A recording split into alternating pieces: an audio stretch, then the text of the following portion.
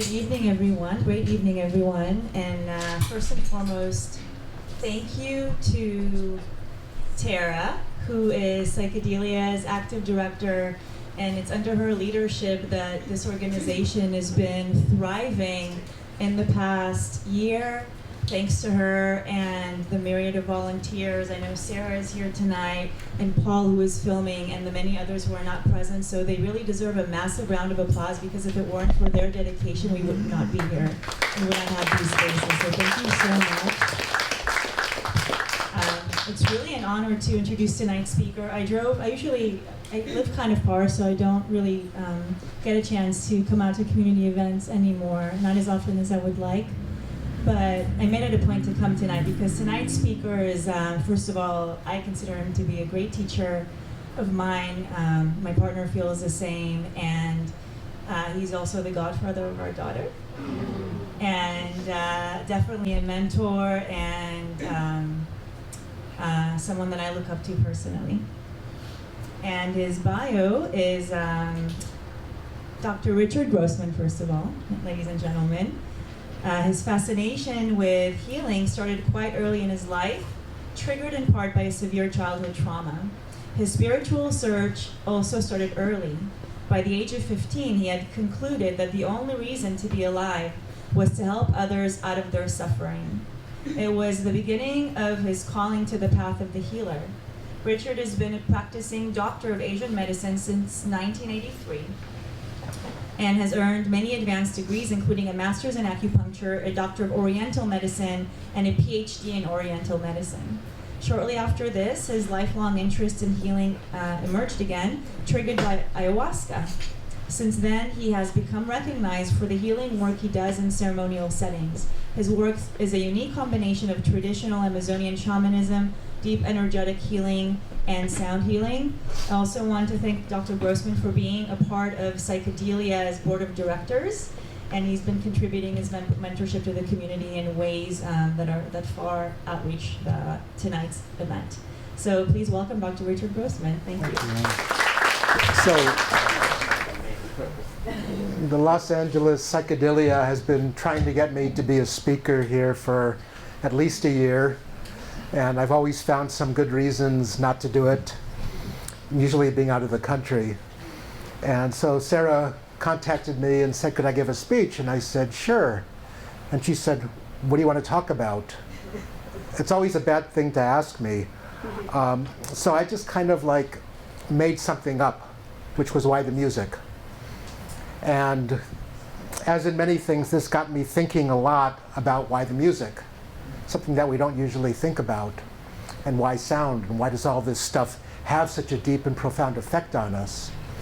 So why the music and exploration of shamanic sounds. And I'm going to ditto the disclaimer that Tara said in the beginning, or Cherie, who said it? You said it in the beginning, of I'm not encouraging you in any way to take illegal substances. I'm just offering this for educational purposes only. Okay. Now, ta-da! Any questions? It's over. So the way I got into sound kind of goes pretty far back in my life. And it started, speaking of illegal substances, when I was a child. And I got into my parents' diet pills. And I think I was about 5, maybe 7 years old. No. Under 10 years old. And I took a couple of these diet pills and went in and started like meticulously cleaning my bathroom, every corner, and changing my drawers around. And I finally went outside and heard a bird. It was a mockingbird. And this mockingbird took me into my first experience of an altered state of consciousness that I recall. Was such a sublimely beautiful sound. Fast forward, I'm an acupuncturist working in an office. I've been to China, I've done the whole acupuncture show. And I was treating a patient one day, and one of the people in the office had left some Tibetan chimes on the stuff table. And I just kind of picked them up and went ding over the patient and watched the patient's eyes roll up and just go very deeply profound. Fast forward a while longer, psychedelics happened in my life, and I started discovering that I could pick up a whole lot of instruments and make music with them. And that led to me being here tonight. So we start off with the quietest place on earth.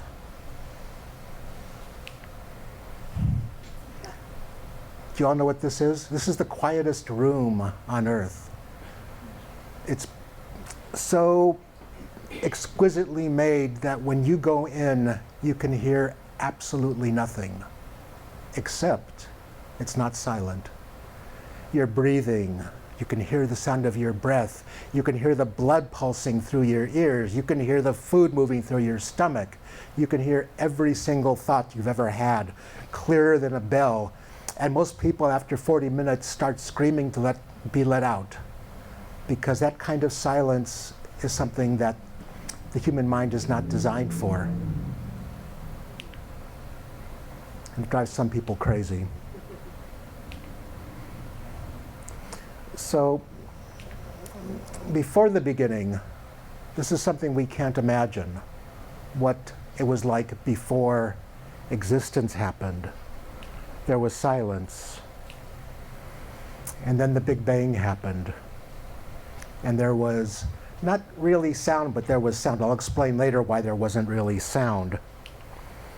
And if you take 760,000 years worth of sound and condense it into a few seconds, this is what it sounded like.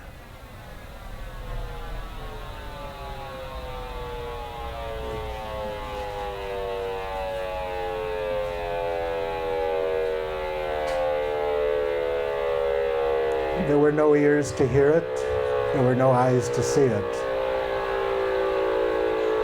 But this is the sound of our creation being born.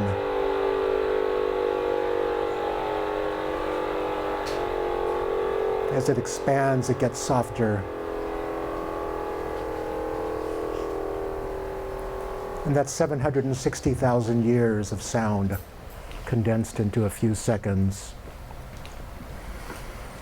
Next question is, if a wind chime chimes in a forest, I don't like trees falling, and no one is around to hear it, does it make a sound? So it doesn't, actually, because the definition of sound is that somebody or something has to be there to hear it. Otherwise, it's just vibrations in the air. So it works like this. Sound, now I get to use the cool laser pointer. So sound happens, our outer ear catches the waves, the vibrations, and it hits these three bones there that vibrate very quickly and push on the eardrum, where the vibrations go into the liquid in the cochlea, it's called, it means snail. So vibrations travel through the air, can be heard when they reach a person or an animal or even a recording device's ear.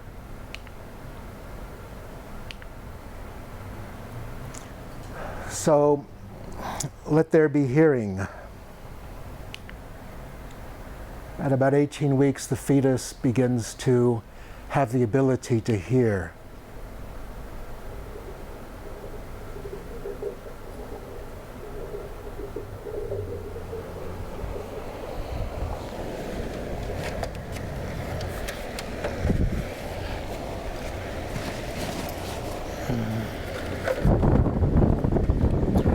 I love this, but it's too loud. What did I do? I'm pushing buttons. So let's try this again.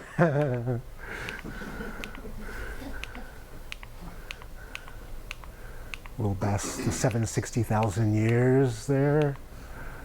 And we'll pass that. We've been there. And now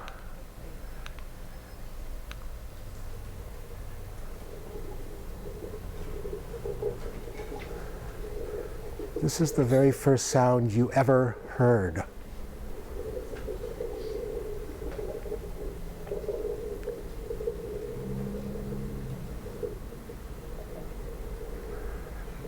It might sound familiar, and some of you might have had sounds like this happening during a medicine experience as the inner sounds.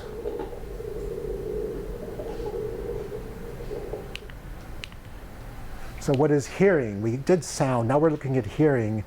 Hearing is when, again, it comes into the cochlea. How it works is that the vibrations are transmitted into the cochlea where they pass along that snail-like circle. In the beginning, there's little hairs called cilias that coat the entire cochlea that are connected to cells that, when these hairs vibrate, create electrical impulses that then go to the brain, into the auditory area of the brain.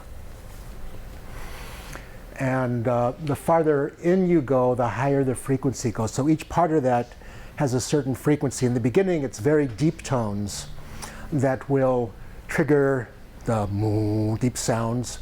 And as you go deeper and deeper in, they get higher and higher, these sounds. It's the transformation of mechanical energy, vibrations in the air, into neuroelectric energy that then gets sent to the brain for processing. This is what hearing is. There's a slight problem with hearing. There's no off switch. You can try to turn it off for silence, but it never goes off. We can close our eyes. We can not touch anything. We can not eat anything. We can hold our nose and not smell anything. We can try to plug our ears, but you're still going to hear the blood and the breathing and all of that stuff. And even when you're in the deepest state of sleep, you're still hearing. Your brain tunes out what's not important. But the important things, like if you're a mother and you're deep sleeping and your baby makes a little cry, it's like, you're awake. There could be a train going by, and if your baby makes a little cry, you're going to wake up. Very interesting how that works in the brain. So everything is affected by sound. You have the sympathetic, or the more fight or flight mechanism. I'm really simplifying everything here. And you have the parasympathetic, which is more of the relaxing and chilling and enjoying life part of this. So sound affects both of these. Like if I pulled out a gun and shot it, your sympathetic system, even me saying that, probably triggered a little bit of the sympathetic nervous system. Heartbeat goes up, breathing rate increases, your stomach shuts down, you're being prepared to fight or flee, it's called, fight or flee. We called it the 3 F's in school. It was fighting, fleeing, and having sex. So this is our parasympathetic sounds, sympathetic sounds, sounds of alarm.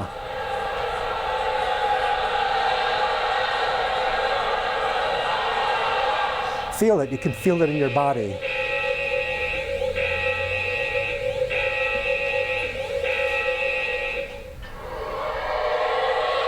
This is not parasympathetic. Sympathetic, I just thought it was really cool. Anybody recognize this sound? Howler monkeys. It's such an amazing sound. I was once in Mexico and I started walking into a jungle. Oh, I'll tell you later. One of the 3 worst sounds. Mothers are being triggered.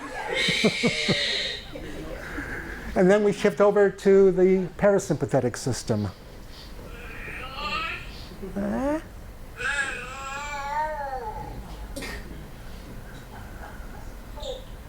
Feel how your shoulders relax a little bit, a little smile comes in, your breathing slows down, your stomach starts functioning again.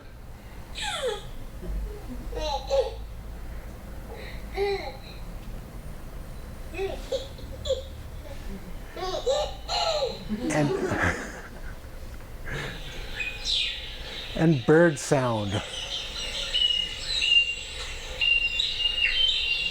When you hear birds, you know everything is good. You can be walking through the forest or a jungle and the birds are there. If the birds stop, you're in trouble. Something is there that's dangerous.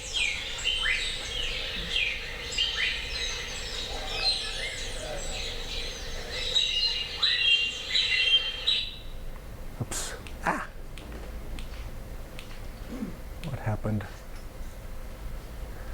So there's a little bit of a tour of sounds. There's something called misphonia, which means bad hearing. Misphonia is going directly into the limbic system. It's fingernails on the blackboard. For me, it's knives sharpening, knives being stroked against each other. I fight or flee. I flee when I hear those sounds. Some people, it's bubblegum wrap or somebody chewing too loud, or everybody has their own thing, but that's called misphonia, and that's what it makes you want to do. A pure sympathetic reaction that makes you want to get away.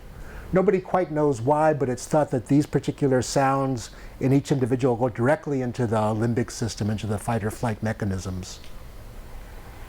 And I'm not going to demonstrate these sounds, so you're welcome. And this I put in here just because it's so weird. ASMR, Autonomous Sensory Meridian Response, is this new weird thing where people make these sounds of brushing a microphone or tapping on cups or whispering into microphones one at a time, and people get off on it. I don't know why. So, let there be music. And God said, let there be music.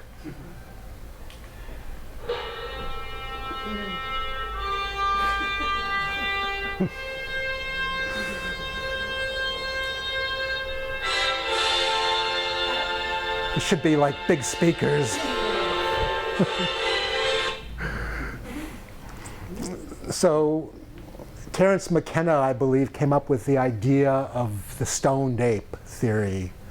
That it wasn't really apes, but our remote ancestors were walking through the savannas of Africa, where the wild game were, and discovered mushrooms growing in the wild animal, wild game poop, and ate some. And his theory is that that triggered the beginning of language. My theory is that it actually triggered the beginning of music. Because if anybody has raised a child, they're making singing sounds well before they start forming words. You know, so the stoned ape. And here we have a couple stoned apes.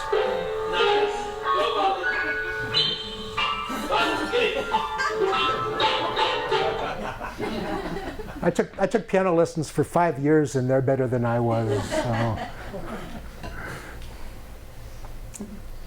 So sound's going to affect a large number, music's going to affect a large number of areas in the brain, starting with the temporal lobe. This is where the auditory area is in the temporal lobe. This is where we hear, and this is where I need my notes. We use language, the language center, to appreciate music, which actually spans both sides of the brain. Through language, words are interpreted in the left hemisphere, while music is interpreted in the right hemisphere. I believe this is true for right-handed people. Sounds are interpreted, music and sounds are interpreted in the right hemisphere, the more what would be called the intuitive part of the brain. The frontal lobe is the place where we think. And what's been shown about the frontal lobe is this is a place where listening to music actually creates more neural connections, more cells, and improves the mind, improves our ability to process thoughts, listening to music. Making music's even better. The nucleus accumbens. This is an interesting part of the brain. You can see it in the pink and the yellow there. This is the part of our brain that makes dopamine. You guys all know dopamine? Dopamine is the feel-good chemical, and released by cocaine, to some extent released by MDMA and the other PEAs. And music also releases it. So music can actually become addictive. It's not a bad addiction to have, but it can become addictive. And I see this every day when I hike, I go there and listen to the birds, hopefully, and hear the silence, and every once in a while somebody walks by, with their telephone or headphones on. They're addicted. Especially, people just hiking for hours with loud rap music going or something cannot handle the silence because they need that dopamine from their brain. Pleasure and reward center, the hypothalamus. This is where the body maintains status quo in the endocrine system, the nervous system. Essential hormones are released here, chemicals that regulate our thirst and our appetite, sleep, mood, heart rate, body temperature, metabolism, etc. What's interesting in the hypothalamus is the music effect of calming or exciting. This is where it gets triggered. So if you put on some nice Steve Roach or chill music, it's like, so nice, I can relax. This is the hypothalamus. If you put on something else, heavy metal, death metal, whatever, or dance music, you're going to have a totally different chemical response from the hypothalamus that communicates to every other cell in your body. The amygdala. This is the place of flight and fright. We already went over this one. You can tell your amygdala is being triggered when you have shivers going up and down your spine. This is a sure sign that you're an amygdala trigger. Some of these words are really hard to say. The amygdala also controls fear. So I don't think there's been an army in existence in human history that hasn't had marching music and done drills or sang or had music going when they were going into battle, even going way back. You can see the old movies of Vikings and stuff, they're blowing the horns, hitting the drums. Because when you're processing music like that, especially if you sing, it's actually impossible to feel fear. Or I've actually felt fear when I was singing before, but it's very difficult to feel fear because you're shutting down the flight or fight reflex in the amygdala. Primitive emotions. It's called the reptilian brain also. The hippocampus. There's only about 2 hours more of these brain pictures, don't worry. The hippocampus is essential for memories, emotions, and getting around in the world, navigation. It's interesting because this is the first area in the brain that gets affected by Alzheimer's disease. And so an Alzheimer's person will go flat, an Alzheimer's person will lose their memory and start to get lost going from their bedroom to the bathroom.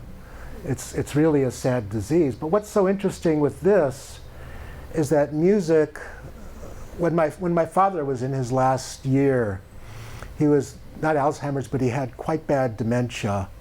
And he'd just sit in the chair and stare ahead for hours every day and wouldn't communicate much. He didn't want to talk, didn't want to think. So one day I went over to see him and I put headphones on with his music from the early part of the 20th century.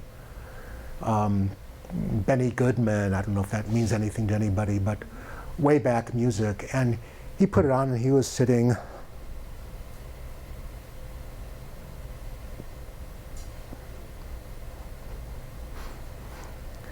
Wow, that's blah blah on the horn, and that's blah blah on the drum, and that's, he went through every single musician in the group and remembered them and talked about them. And every time I played a different song, he would give me a whole lesson about that song. It was quite interesting. to see that. And then I'd take the headphones off when I was going to leave, and he kind of like, a few minutes later, go back. But the music woke him up. If you have any relatives that have dementia or Alzheimer's, try it. It's a worthy experiment. And I learned stuff about my father that I never thought I would learn. Like he wanted to be a musician. So I'm taking on. Music is vibration. And this is cymetics. These are actual pictures of what sound does when it meets either water or sand on a plate. They're colorized, so they're prettier, but these are actual images that sound makes on vibrating sand. They put a speaker under a metal plate, put the sand on it, turn on the sound, usually a sine tone, a sine wave, just a pure tone, and it makes these patterns. They're quite exquisite. Why is that important? Why is that important?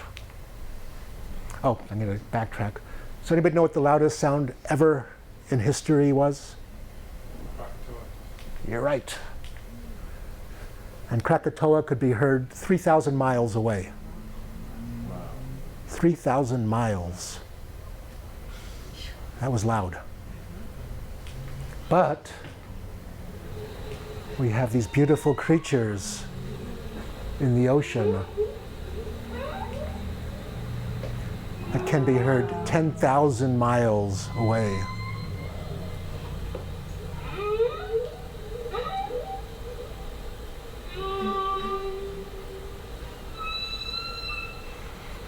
More of the deep tones that they make that we can't really hear.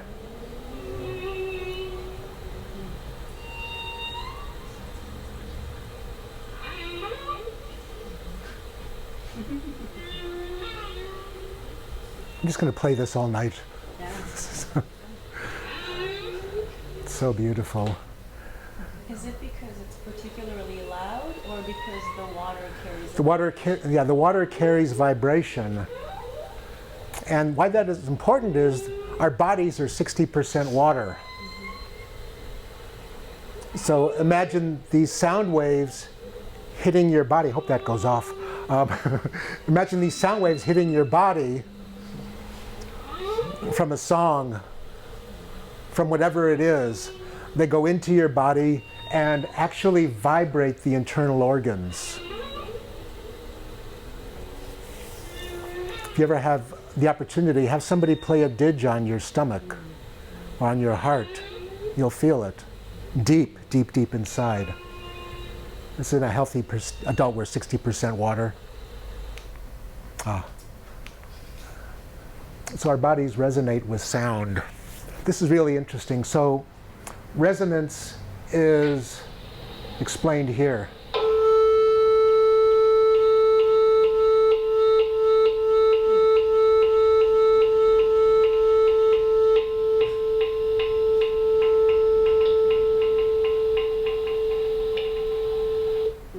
So the sound from the first tuning fork was hit. The sound traveled into the box there, resonated the second tuning fork, which started vibrating as well. You can hear this if you're ever playing a drum or at a drum circle. If you stop playing and listen to your drum is going to be thumping. So's our body. So's the body. It's going to be absorbing these sounds. And especially the hollow organs, because they're actually hollow. So those can act almost like drums, especially the digestive system, the heart.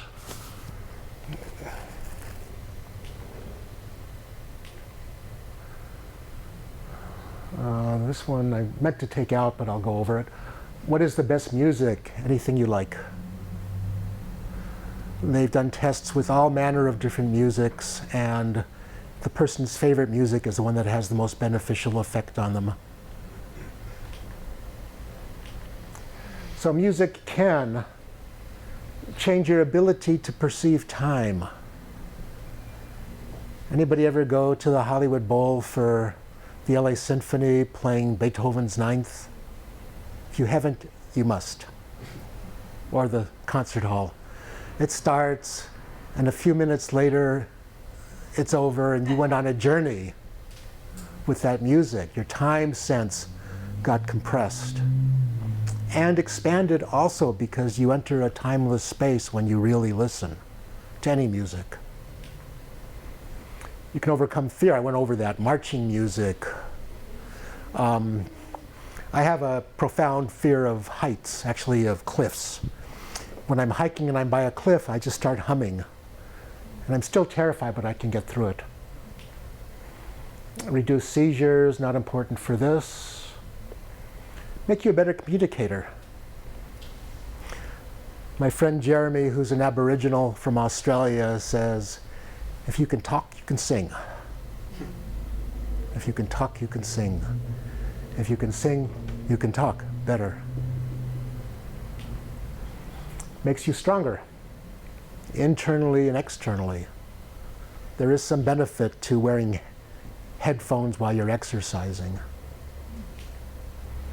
Boost your immune system, going back to that full effect on the entire brain, the hormonal system. Assists in repairing brain damage. Talking about my dad, this is that kind of thing. Makes you smarter, especially playing an instrument. It makes you smarter. The idea that drummers are dumb has been really disproven. They're actually incredibly intelligent. It's the bass players. No, I'm kidding. Evoke memories. Oh, that song came on. That was our song 20 years ago. And I just remembered the smell of her hair, and just from the song. You remember so much from music. If you ever hear a commercial from when you were a kid, you could almost go back into that moment when you first heard it, or when you heard that particular commercial or song. Nursery rhymes are really good at evoking those memories. Help Parkinson's patients. Helps Parkinson's patients while the music is playing, or while they're playing. Reduce stress, we all know that. Helps with inner focus. When I was a kid, I discovered marijuana, and one day smoked a whole lot of it and put on some headphones and started listening to music. It's a life-changing experience for me. I was a weird kid. I used to watch television when I was a child in full lotus position. So I sat listening to this music, and I got completely and totally absorbed in it and had a divine experience. I forget what it was. Release neurotransmitters, we talked about that. Evoke spiritual states, of course. I think there's only one religion that doesn't use music, it's the Quakers. But everybody else, you go into a church any place in the world, or a temple any place in the world, or a shrine any place in the world, and there's music going. Spiritual music uplifts the spirit, raises awareness, connects you to that feeling inside of divinity, and it creates transcendental experiences, creates the feeling of God within. Actually, it doesn't create it, it reveals it.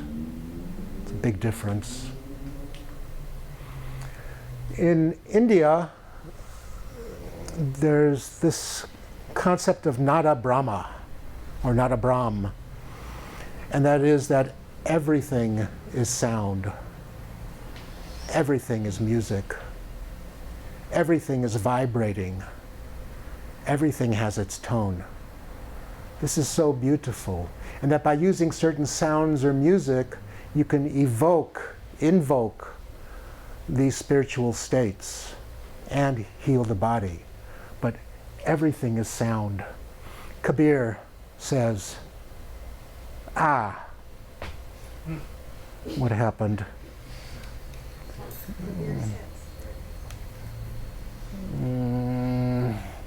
God. Let me see if I can make this work again. Yes. Yes. Yes. Yes. Okay, yes.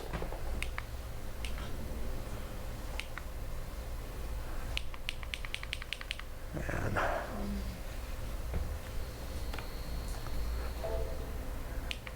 there we go. Kabir was I think, 13th century poet that I happen to really resonate with him. He was a Sufi, he was a Muslim, and he was a Hindu all at the same time. And he was a saint. A little bit of a poem of Kabir's that talks about the real Nada Brahma, which is the inner sound, the inner current of sound, that would be called, or could be called, the voice of God within. The light of the sun, the moon, and the stars shine bright. The melody of love swells forth, and the rhythm of love's detachment beats its time. Notice the melody of love swells forth, and the rhythm of love beats its time. Day and night, the chorus of music fills the heavens. And Kabir says, my beloved one gleams like the lightning flash in the sky. Do you know how the moments perform their adoration? Waving its rows of lamps, the universe sings in eternal joy. None of this was meant to be metaphorical. He was actually talking about an experience he had within himself. When you tune into that Nada Brahma, to that voice of God, to that voice of divinity inside of you, these sounds are something you can actually start to experience. And Kabir says, the inner and the outer have become as one sky. He could say the inner and the outer have become as one sound, too.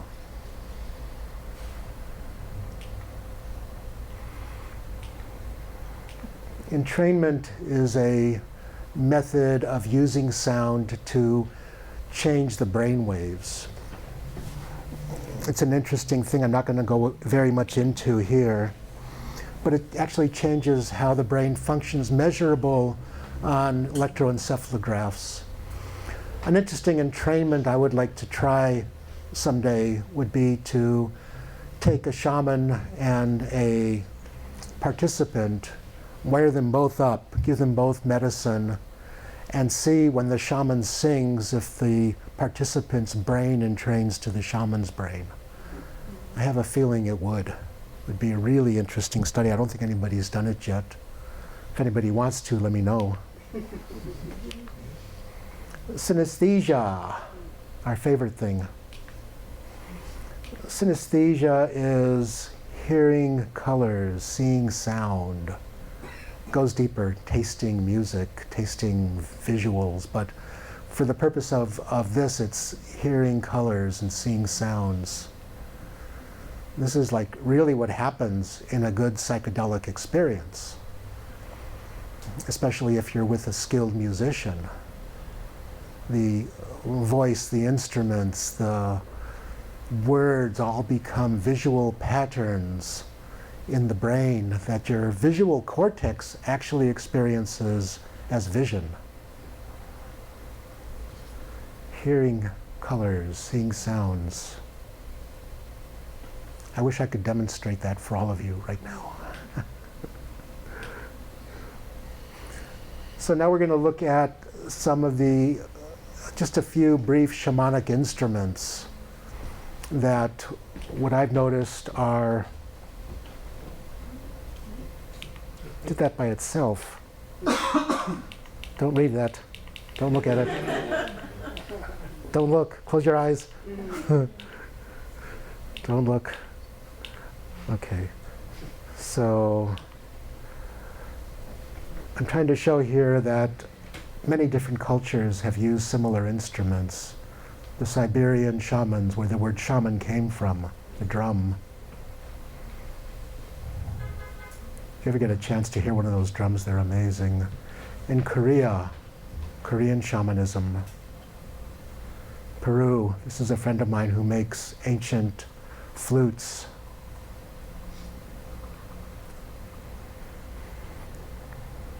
Of course, the typical Amazonian shaman with the chakapa.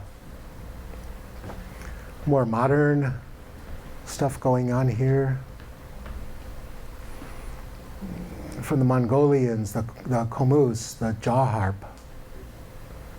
The instruments of the Ban shamans from Tibet. Again, a Siberian shaman with the komus. And singing, of course. The Australian Aboriginals with the didgeridoos. Jimi Hendrix was a shaman. And Shmangal. And Saraswati, the goddess of music. Hinduism has such a high regard for music that there's a goddess that gave us music, that gave us instruments like the veena, like the sitar. Interesting in that culture how the sitar music, which we only get a shadow of now, was so powerful in the past. I heard a story that many hundreds or thousands of years ago, the king would hire a group of musicians to play a fire raga. And they put them on a boat in the middle of the lake. And they'd start playing this raga that energetically created fire all around them. I believe this. I believe we're basically now we've lost a lot and we're scratching the surface of what sounds can do and where they can take us. Of course, we get into ayahuasca now. One of the most powerful and beautiful of all medicines from South America. If I was allowed to tell you that you should take it, I would, but I can't, so don't. So when I first went to Peru, I realized that the music in the ceremonies, the icaros, the medicine songs, were actually the guide. They were actually the pathway through the experience into the coming back into consensual reality. And during that time, the shaman controlled the experience to a great extent through the songs he used or she used, through the words that were used, through the melodies, through the intensity, through the strength of their spirit, driving the music as we drive a car, driving the music. So why is it necessary, especially in ayahuasca, but I think in almost all entheogenic substances, to have icaros? This should say icaros in music. To have icaros in music. Why is it necessary? Imagine you wake up, open your eyes, and you find yourself someplace like this. Where are you? You don't know. How did you get there? You don't know. Where is there? You don't know. How do you find your way to where you want to be? You don't know. At this point, you're lost. You're kind of in trouble. You kind of don't know where to go. You don't know what to focus on. It's a very sympathetic nervous system response that many people get to. Where are you? And music and this song are the map and the guide and that which takes your hands and leads you through the experience. Hey, wouldn't it be nice to have somebody with that smile take your hand and start singing you a song. Metaphorical, taking your hand, but singing you a real song. Who's been there? Who knows the territory? Who knows where the good guys are? Who are the bad ones? Where do they go? You know, we talk about spirits a lot. How do you know if that voice in your head has your best intentions? You don't. You really don't. How do you know if those beings that you see that may look like gorgeous aliens or goddesses and gods have your best intention? You don't really know. But somebody who's been there, who's worked with the medicines for many years, knows what song to sing to take you through whatever it is you're going through. The guide through the unknown territory of the inner universe. You know, if you get pragmatic about it, how big is the inner universe? The inner and the outer become as one sky. We have no idea. That concept that we use 10% of our brain. The 90% doesn't go to sleep. It doesn't go away. It's not just sitting there going, well, I'm going to wait until you learn how to use me. It's there for a purpose. And it's vast. And it connects us to the vast territory of other dimensional realities. One could say almost that the purpose of human life is really to go on that inner journey,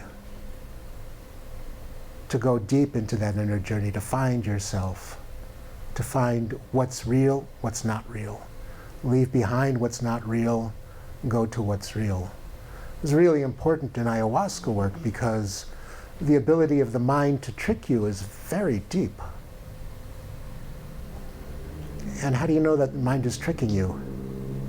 It's going to be talking to you. If you are focused on the music or on the silence, then you go into the place that is not subjected to the rule of the mind, to the rule of thought, to the world of concepts and ideas. And then you really go into that beautiful transformative experience. I want to talk a little bit at this point, you know, why a shaman? You know, why somebody leading the ceremony who is singing and playing music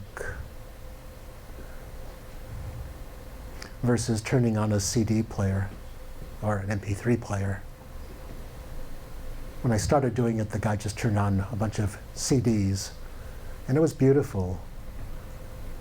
But when there's a real-time connection with somebody singing to you in analog, in live, it's very different than what a MP3 does to your brain.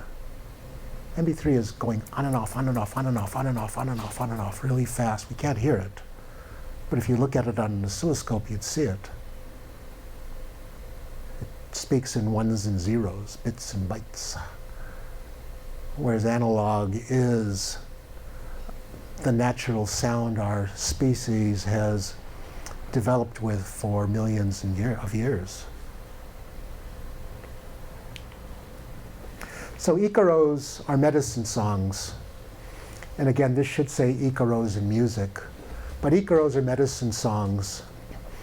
And the medicine songs come to, the icaros come to a person who's learning to lead ceremonies in meditation, in their dietas, in their time alone in the jungle. For me, driving my car on the freeway for some reason, the icaros come to you. And they're very powerful. An icaro is going to, chakapa.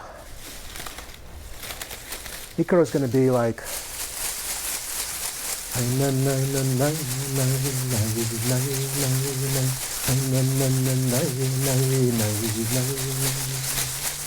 It's going to be kind of rhythmic, and the sound of the chakapa cleanses and cures and heals the environment. I mean, listen to this thing. It's a bunch of leaves, very special leaves. Close your eyes and listen for a second.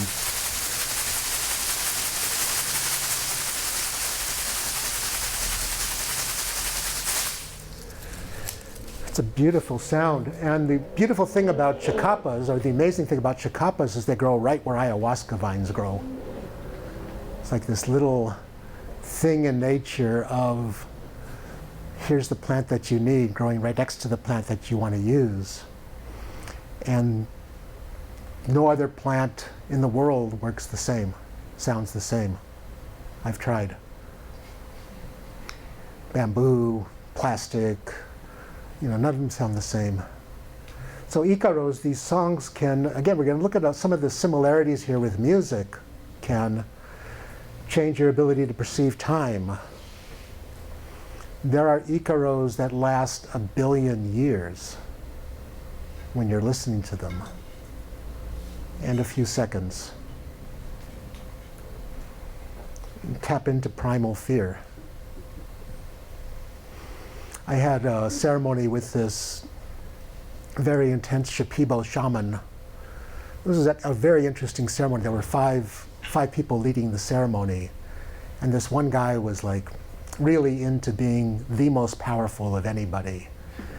And he would sing these songs. He has such a powerful voice. When he was singing, you could see him turning into a jaguar and stalking around the room. And the poor people in my group were getting really frightened by this.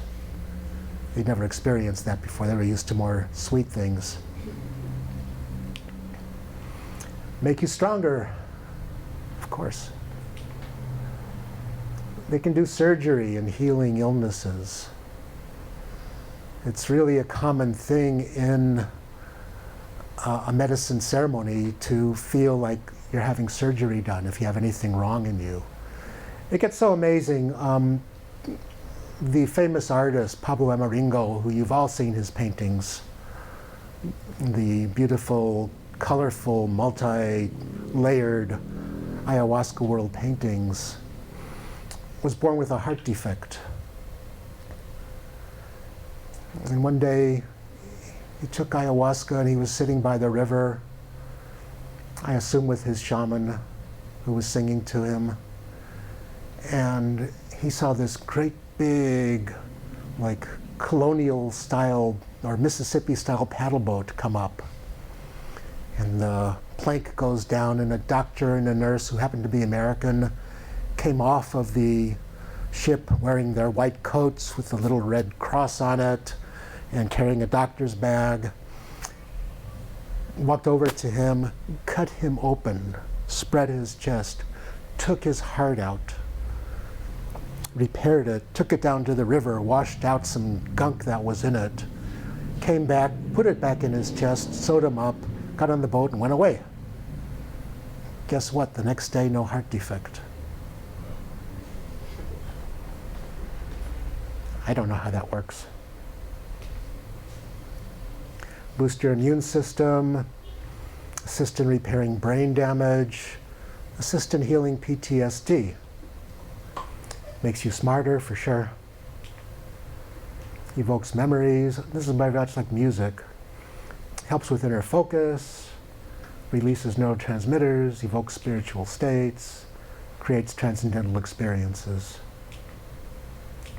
I have a question, sorry. If I Sure. may. So why do all these things happen? Is it because, particularly when our brain is on the medicine, then the new neural pathways that are formed, or are they just more expanded, so they receive the medicine differently, or the music differently?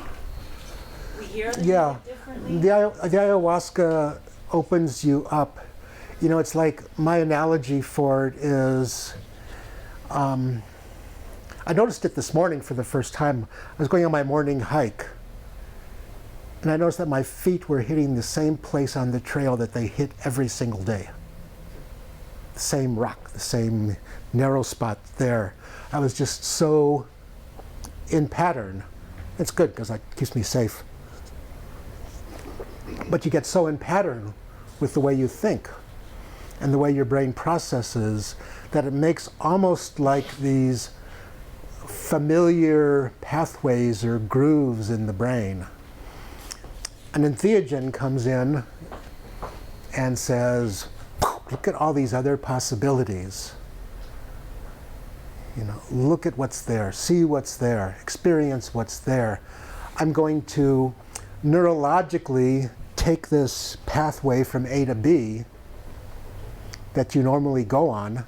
This can be PTSD, anything that triggers. It can be a habitual thought. It can be a habitual way of being. It can be a habitual way of listening to music. It can be a habitual way of eating food. It can be any habit that we don't even know is a habit. You know, if you check how you brush your teeth, I bet it's the same way every single day. Things like that. But even for us, when they're sung in ceremony, they're more, would you say that they're more healing, whereas if we would just like play them right now, Yeah. they would not have the same impact on us? No, because during the medicine takes these normal pathways and blows them open into infinite or nearly infinite possibilities. And then the icaro can restructure how these pathways are and give you more possibilities.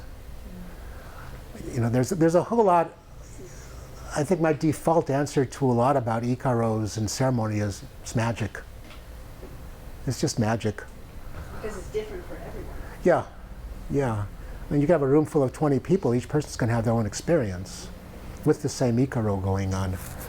But it's important, you know, in ceremony to really focus on the icaros and the music and the songs, because otherwise you're going to be focusing on that infinite stream of thoughts that go through our head every moment of the day on medicine. It's very unpleasant, usually. For me it is, anyway.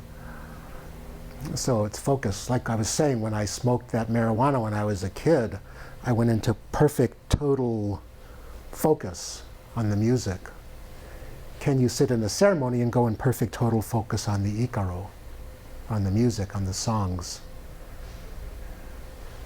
It changes a lot. It changes everything. So there's different kinds of medicine songs and icaros. The one most people are familiar with is calling in the plant spirits. Kind of like Don Salon's famous song. Ayahuasca zunarai, zunarai antin. Ayahuasca zunarai, zunarai antin. Ayahuasca zunarai, zunarai antin.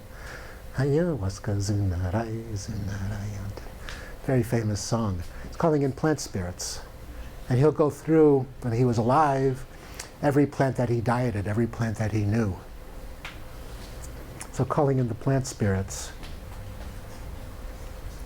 How did that happen? Okay. Calling in plant spirits. Calling in cosmic helpers.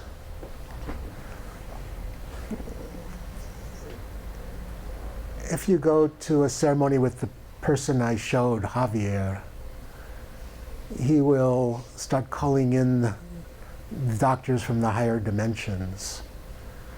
And you'll see these tall beings walking very stately, wearing golden robes into the room, going up to people who need it and putting energy into them or healing into them. Putting energy into them or healing into them. And these are they call them the doctors from the heights, the alturas, médicos de las alturas, the doctors from the heights. Some people think that they were actually referring to the Incas who came down from the mountains to heal them, but I don't think that's so. It could be so, but I don't think so.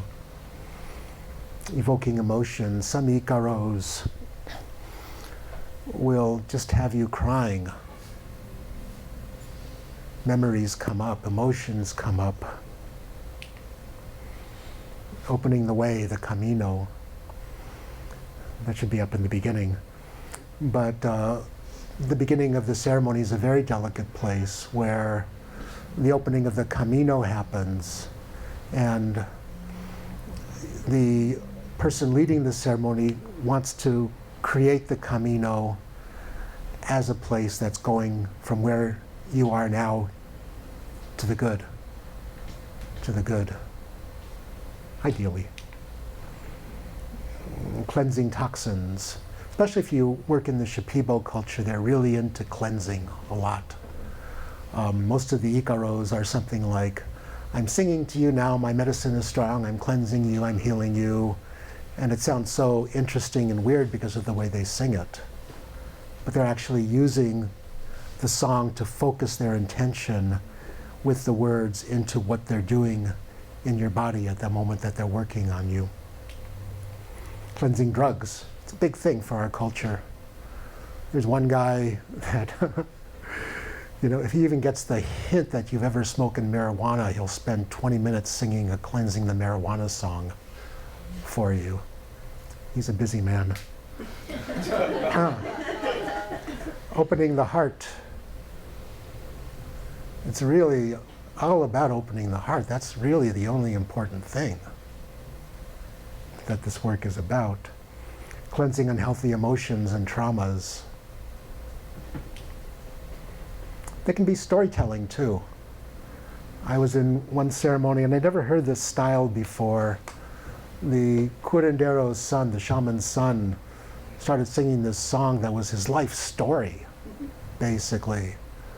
Talking and singing about his life and how his life is such a struggle and how he's always fighting this enemy, and this enemy is trying to kill him, and this enemy is ruining his life, and this enemy wants to take everything from him.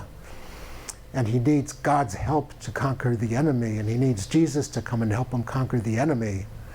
And I'm so-so with this kind of philosophy, actually more than so-so. But I'm listening and I'm going, oh God, this is too Christian for me. But then he gets to the end of the story and he says, and my enemy is myself. My enemy is my mind. I was like, okay, but it was a beautiful story. The whole thing went on and on. You'll get stories about mermaids and stories about castles in the sky, and beautiful, beautiful songs can be stories. Especially if you understand the language. Entertainment. This is a weird one. You don't think of the shaman as being an entertainer, but long ago I heard that the shamans in a certain culture would get together and drink medicine and see who could sing the purest purple or the purest red. They were entertaining themselves. In the mestizo culture, they call ayahuasca jungle television. It's pretty entertaining, really. On the negative side, and this is something if you ever go to Peru, you have to be aware of, that there's a dark side to ayahuasca as well. Love magic is a big thing that a lot of shamans will do on especially northerners, especially pretty women. They'll do love magic on them to seduce them. And you can know this is happening to you if you start having thoughts that are inappropriate for what you want while you're there. I've seen one shaman, get paid a lot of money by somebody to make a love potion, a love charm for this girl he liked. And this guy was kind of weird and not somebody that I would consider likable in any way. And the next day she saw him and they fell in love, and they're still married 15 years later. Sometimes these love magic things are for life. Very tricky stuff. Revenge. You can harm people with these songs. You can't, but the dark shamans can. Curses.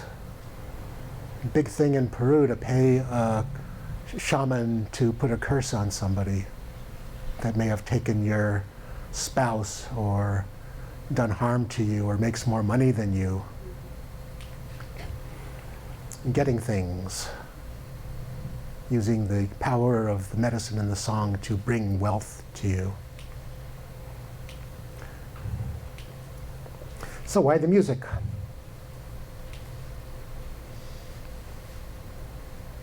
Why the music? This is why. I'm going to read you one poem here, accompanied by a little bit of music.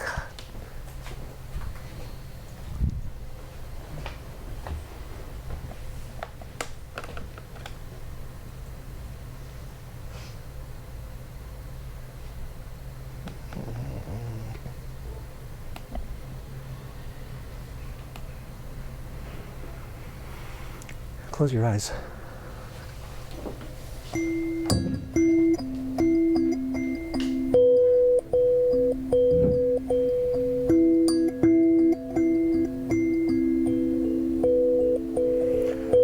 Don't worry about saving these songs.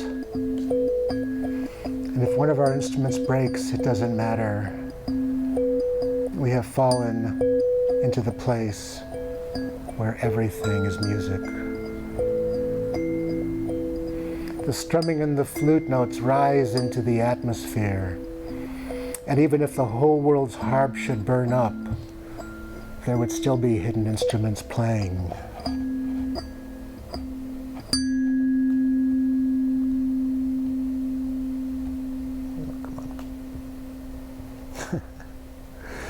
The strumming and the flute notes, oh, so the candle flickers and goes out. We have a piece of flint and a spark.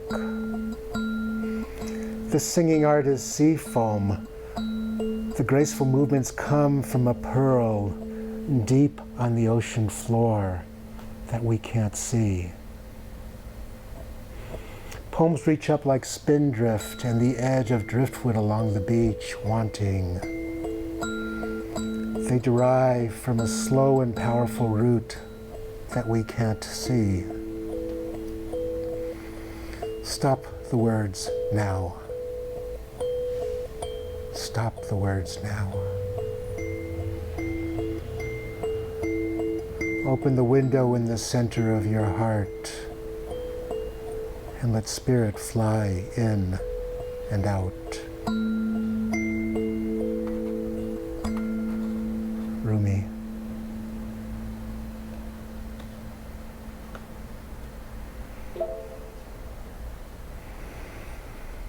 All of the mystics talk about music.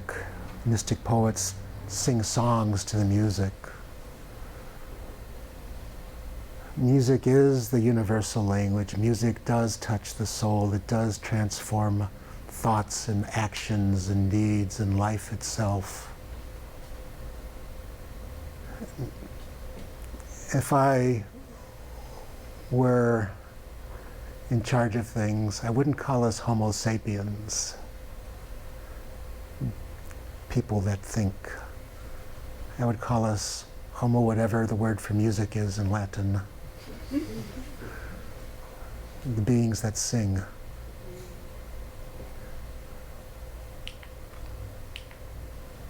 Thank you. So I'm going to show you a few instruments and then we'll have some questions. You know, the question comes up, what was the first instrument that anybody ever played?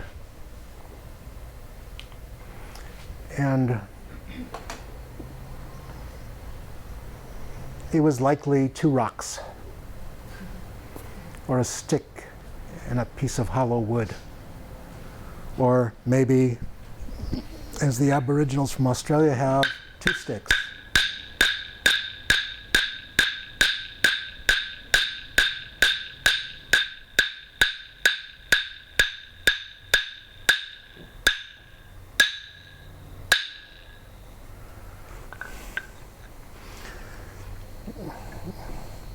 The first instrument that has been discovered are flutes made out of bones. I don't have one of those. But whistles and flutes.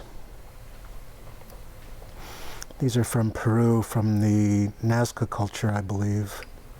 Oh no, not Nazca, one of the other cultures.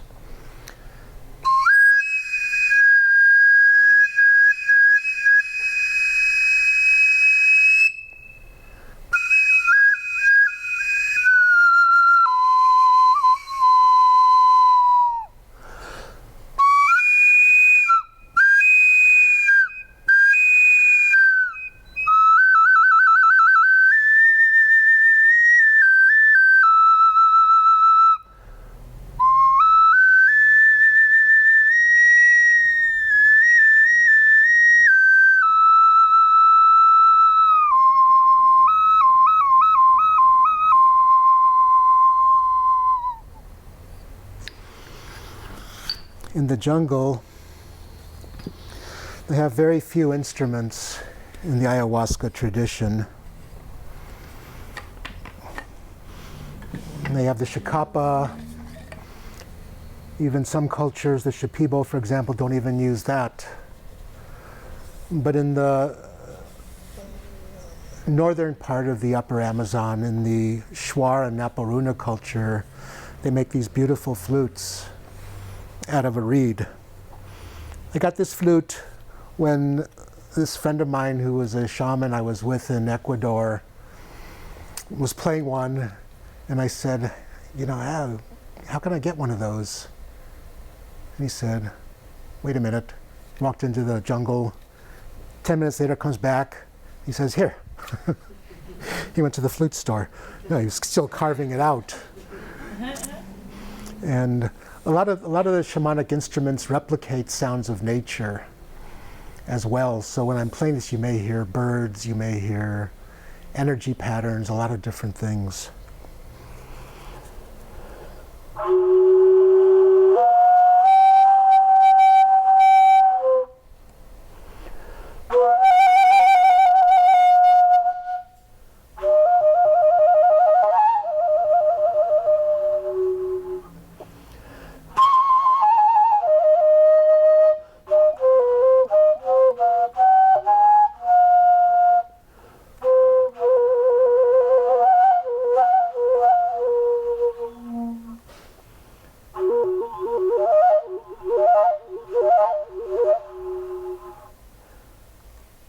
Beautiful flute.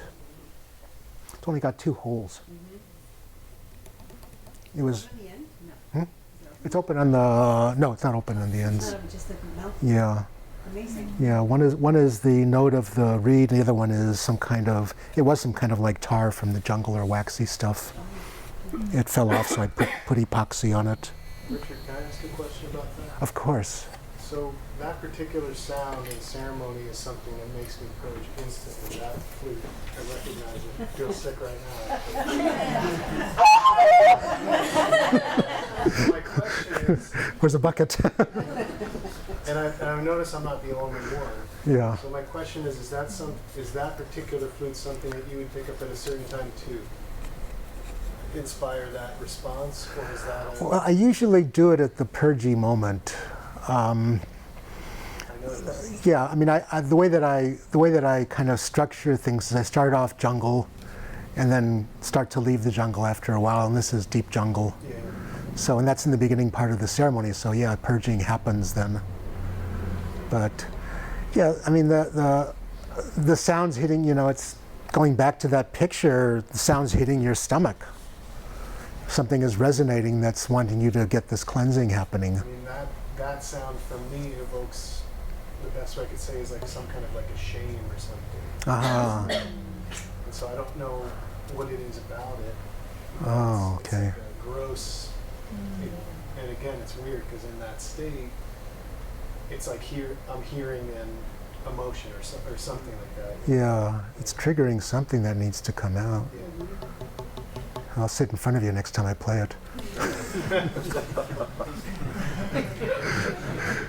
No, but with that, you wanna like really explore that emotion that's coming up. Yeah, of course. And if it causes a purge, I would just wonder if the purge might be happening too fast as a way to escape the shame. Oh, I see. I would wonder that. My favorite flute, this is my one of my desert island flutes. If I was stranded, I'd want this one. This is another jungle flute made out of the same reed. This one has no holes.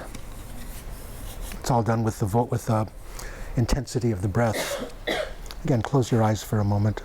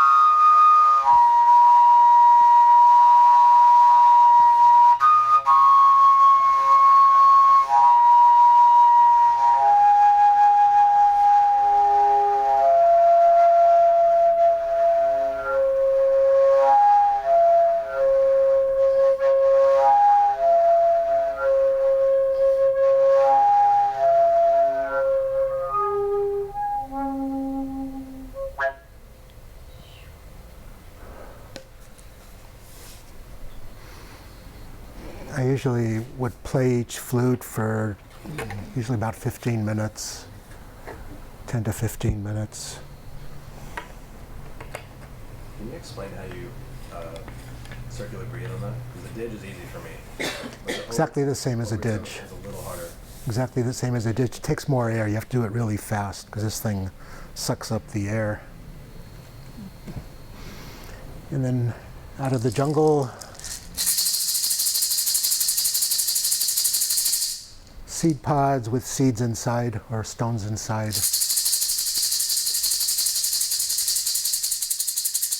I like to, when I use this, put it about here on somebody and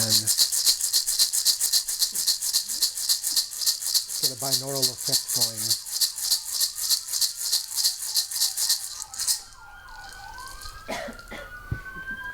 I'm going to stay jungle for a few more minutes. Another jungle overtone flute.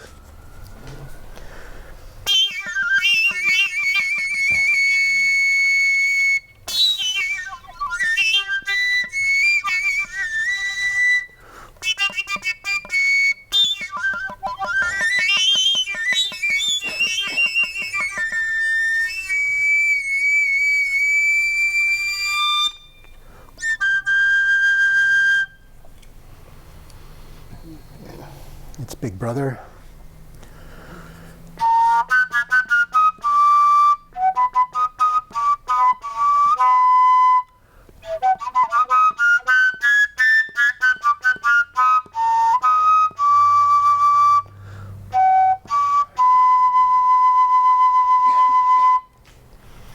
It's eldest brother.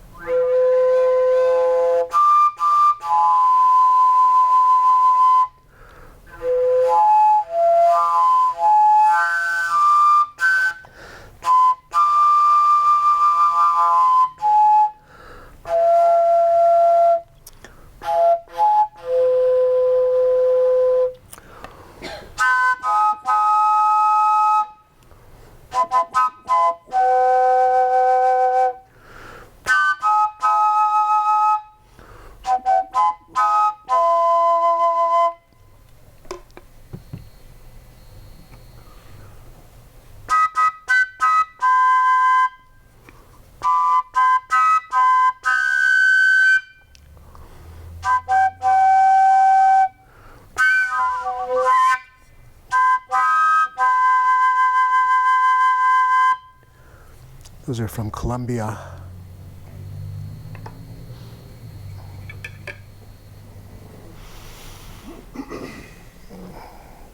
This is supposed to be the scariest sound. We're going to go sympathetic again here. I never play this in ceremony, although sometimes I'm tempted, just out of curiosity. This is an Aztec death whistle.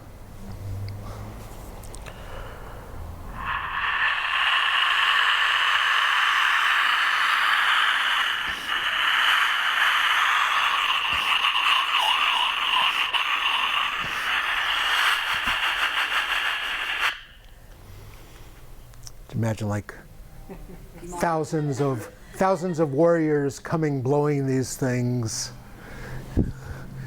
Be intense.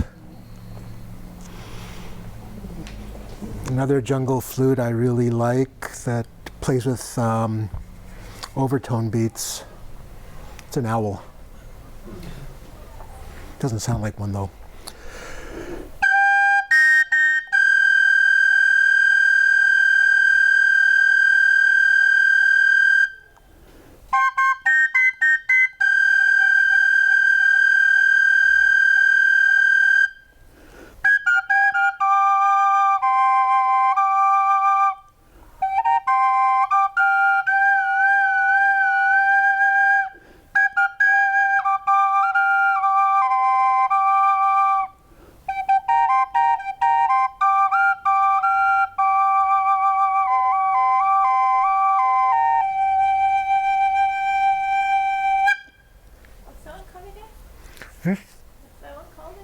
I call it my owl flute. I don't think, this is a new instrument. Somebody invented this. It's the prettiest thing I've ever heard in my life. So beautiful. Yeah, I got this in Pisac. So it's also, I mean, got a great face. Yes, it does. Yeah. We can go into the Nazca culture, the ones that made the Nazca lines. This flute, the person I showed you in that little video who was playing the ceramic flute makes these. And he's not an ayahuasquero, he's a huachumero. He does San Pedro ceremonies mostly. And I've had him at some that I've arranged in Peru. So the museum, he's a ceramicist, a really excellent ceramicist, and the Museum of Anthropology contacted him one day and said, "We need your help." And they took him into the back room of the museum where there were piles of little pieces of flutes that were broken, because in that culture, you would make a flute, play it for ceremony, and then break it. Don't get any ideas. So you'd make it and break it, basically.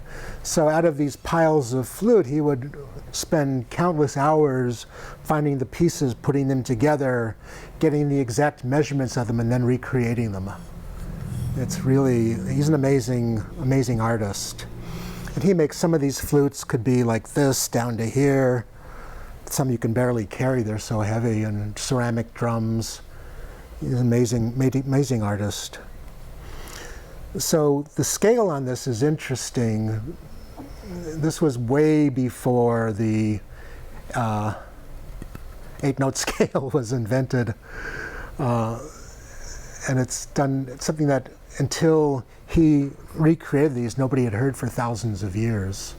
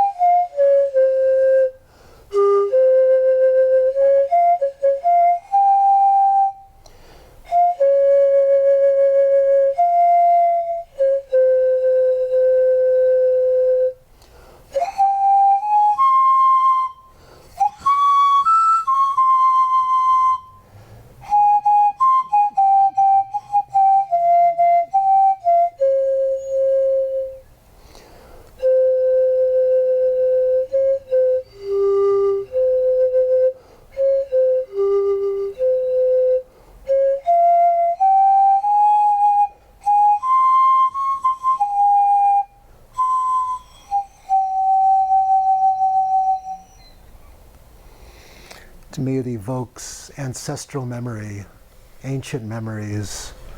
Things you don't know you have inside of you get brought up with that. For me, this flute. And going more into this time period, I heard that shamans in Colombia play a lot of harmonica. And I've never been to a Colombian shaman, but I got a harmonica. So I don't know if I'm playing it the way they would play it or not, but it's actually one of my favorite instruments.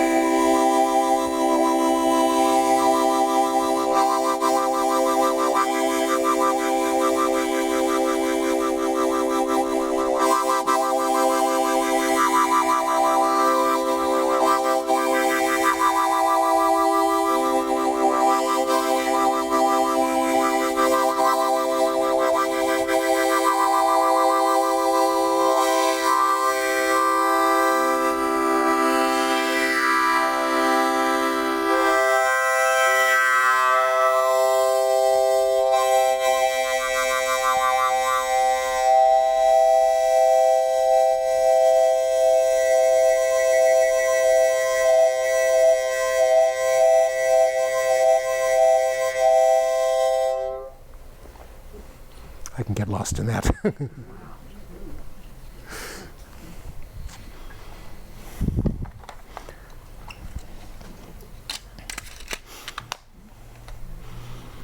Where is the gong, Richard? It's in my home. It's too big to carry. This is a modern instrument made by actually a ceramicist, ocarina maker in Los Angeles, Dirty and Songbird. I still haven't decided if I like this or not.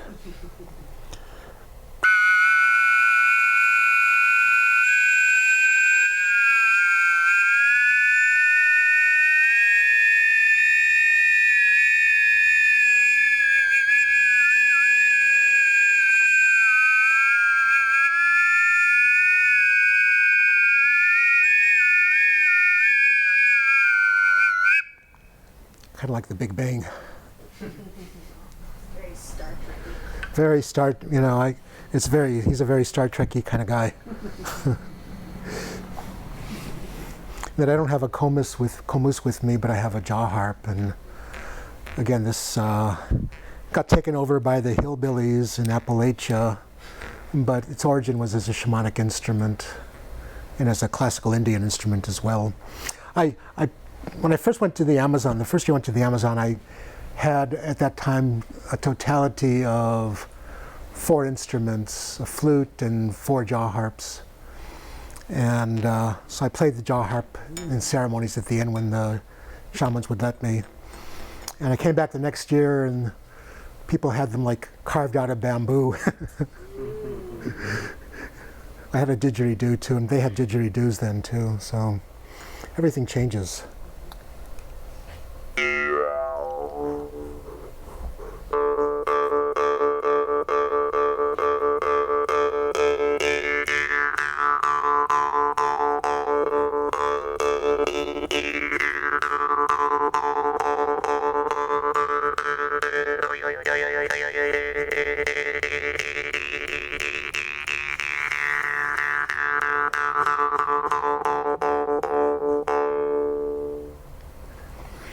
The Mongolians, the Tuvans, and Siberians play these a lot, the shamans, and the good ones are, I don't know how they do it, but they will make animal sounds and the sounds of nature around them, mainly. Much of shamanism from that part of the world involves like horses and the wind and the rain and things like that. It's a very nature-grounded belief practice. Very, very different than Amazonian style. And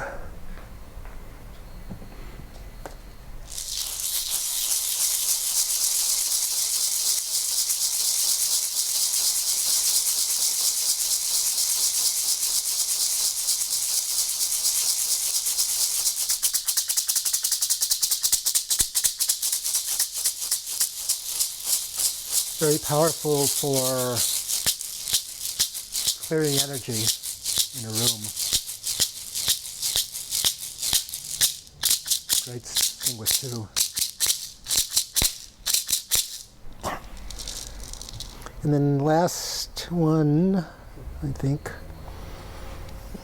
Native American style flute. And very prettily played by a great many people. To me, this one goes in the surgical and entertainment realm. A little bit of surgery with it.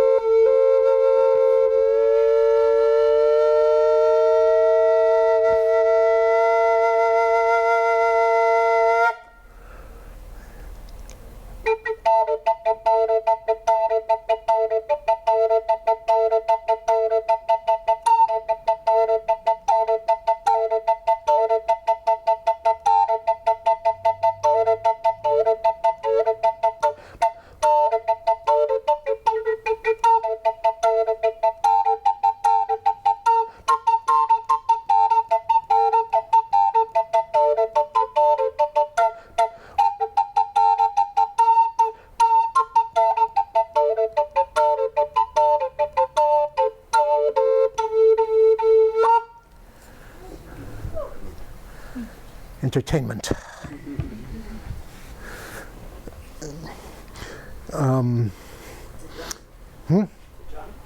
Drum. Chakapa drum. Drum. Anybody ever heard of drum? Drums are like one of the universal instruments, almost. This one's a dead drum.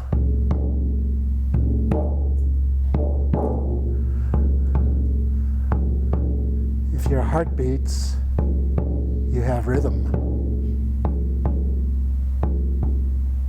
If you can walk, you can dance. If you can speak, you can sing.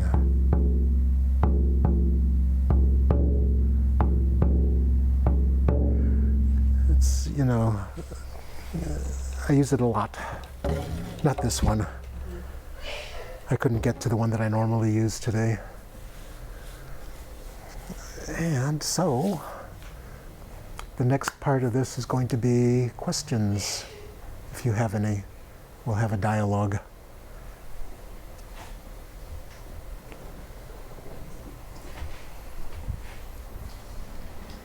Oh, wait a second.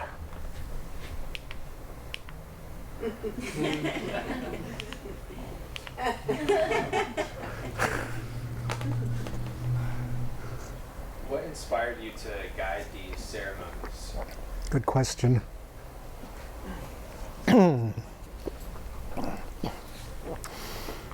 Somewhere around 30 years ago, a friend of mine called me that I'd done some more psychedelic psychotherapy with, and said, he said, I just got back from Peru. I have some ayahuasca. You've got to try it.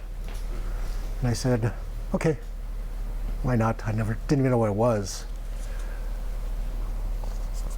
So I drank the medicine. It was really powerful.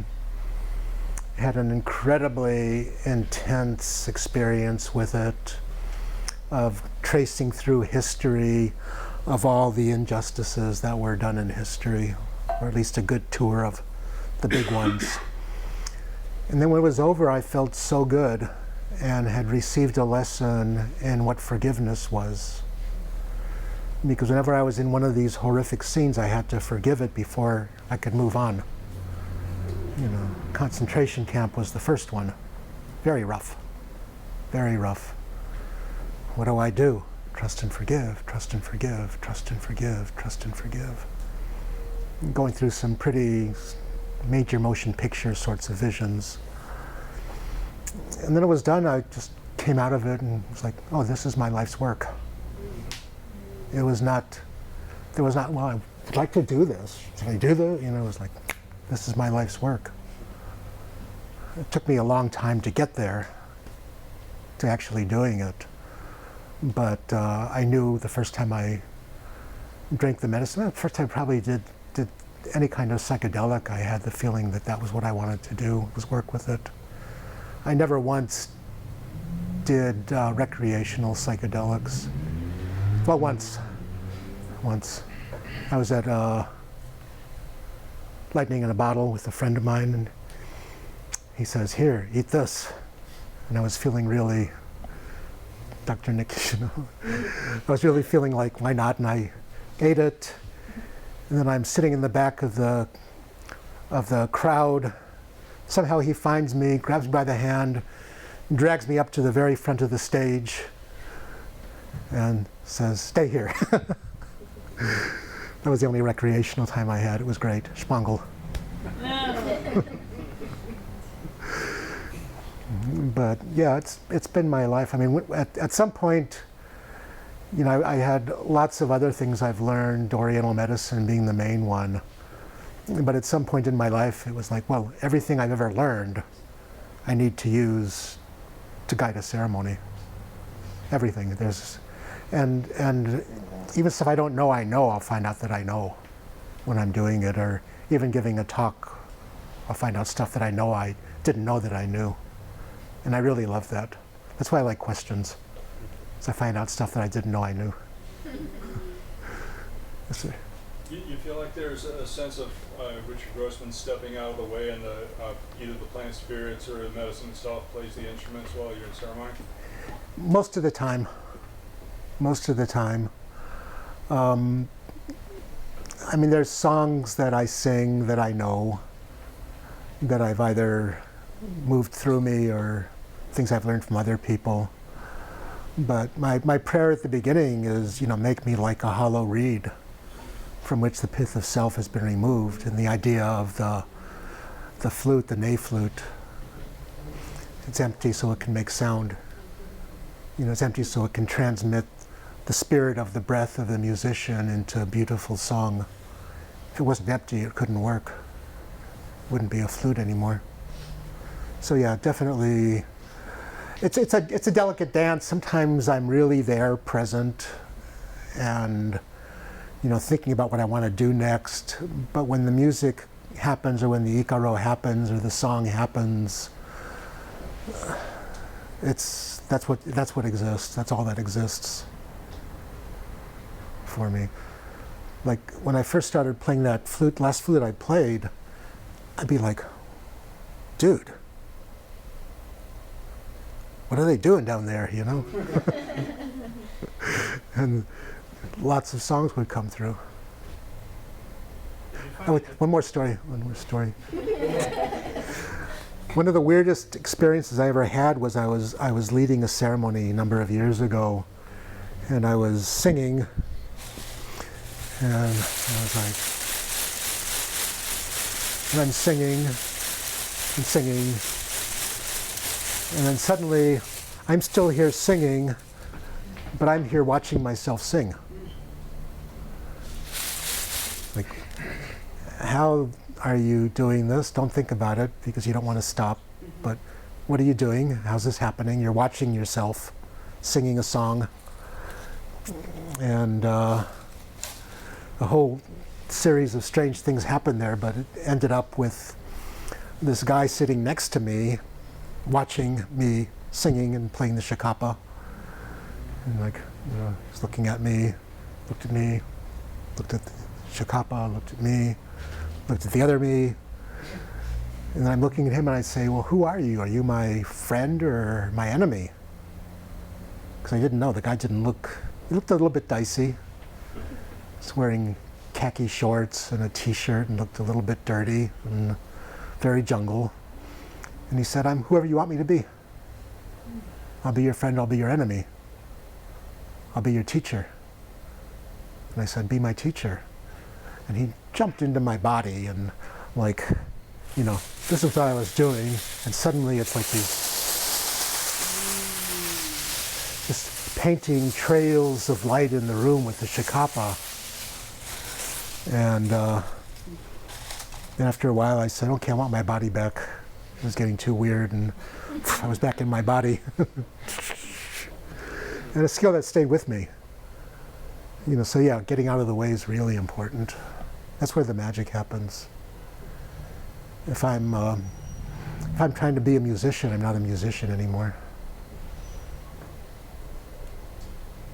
Did you, in the beginning, did you find it hard to play your instruments while on the medicine at first? Where you were off at first, as far as kind of readjusting? In the beginning, I only played instruments with medicine. I never played outside of ceremony. And I let the medicine teach me in the context of ceremony. Now I'm practicing more. I'm trying to learn new instruments and stuff. Different kinds of flutes, like a bansuri that when you gave me, takes a lot of practice. So, but the initial thing was like, I pick it up, I play it, and watch what comes out of it. Nobody complained too much. So, yeah. Some things, no. I never had the problem. It's so natural for me to go into music, no matter what my consciousness is.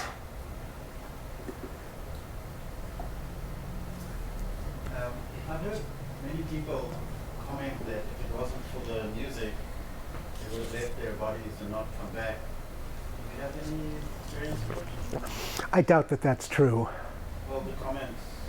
Yeah, I mean, that you can feel that for sure. but the medicine has a beginning, middle, and end. The music acts as an anchor into the reality that the person singing is creating. And that's why you want to make sure the person you ever sit with is really good.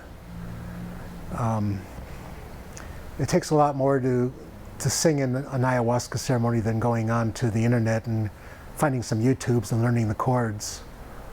That's like baby level. But a lot of people, that's all they do. That's all they know.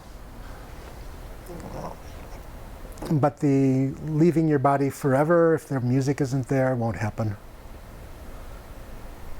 The fear's there, and that fear might be something they need to look at. My advice to people who are afraid they're going to die in ceremony is die. Just let it go. Let it go. Promise you you'll be here, sitting here talking to me in the morning. But let it go. Go as far as you can, basically. That would be what I would say. Yeah, there's no danger. You know, the beautiful thing about ayahuasca as a medicine, it's totally not dangerous when it's used properly and when there's nothing else taken with it. It's 4 hours, 5 hours, it's over. No matter how far out you go, you'll be back.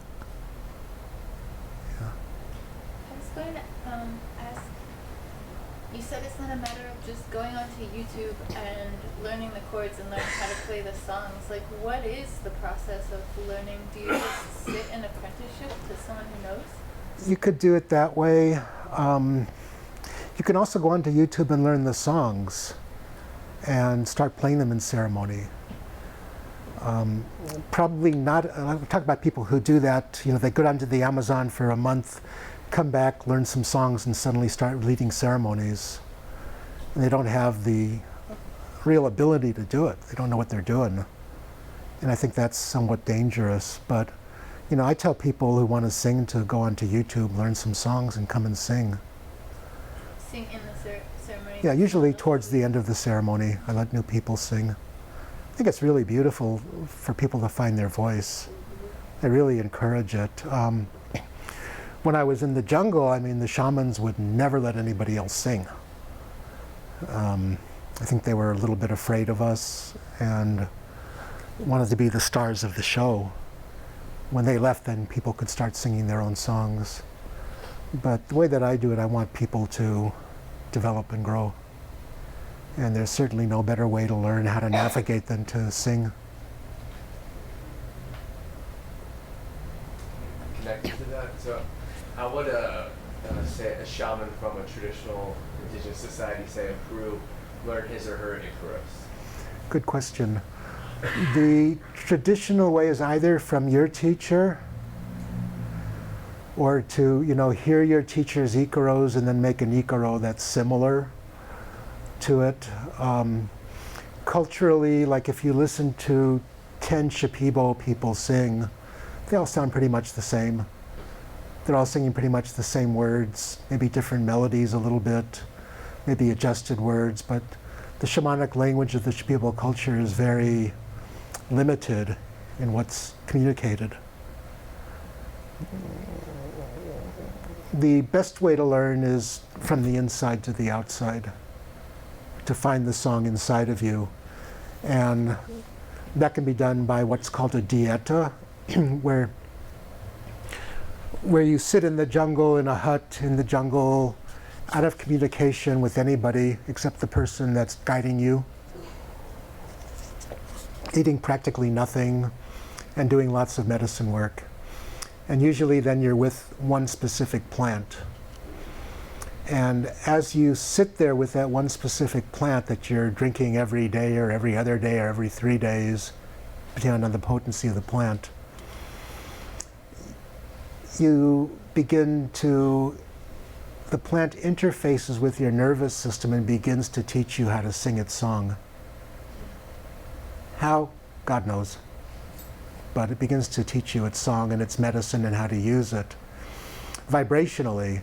And then even if you're not with that plant, you still have the vibration of that plant to call upon through the song that it taught you. I get songs when I'm driving on the freeway. I don't know why. It's my place. It's my maloka. my tambo in the jungle. We Yeah. have time for one more question. One more question. You talked before about dark shamans, which I've never heard about, or just unexperienced shaman.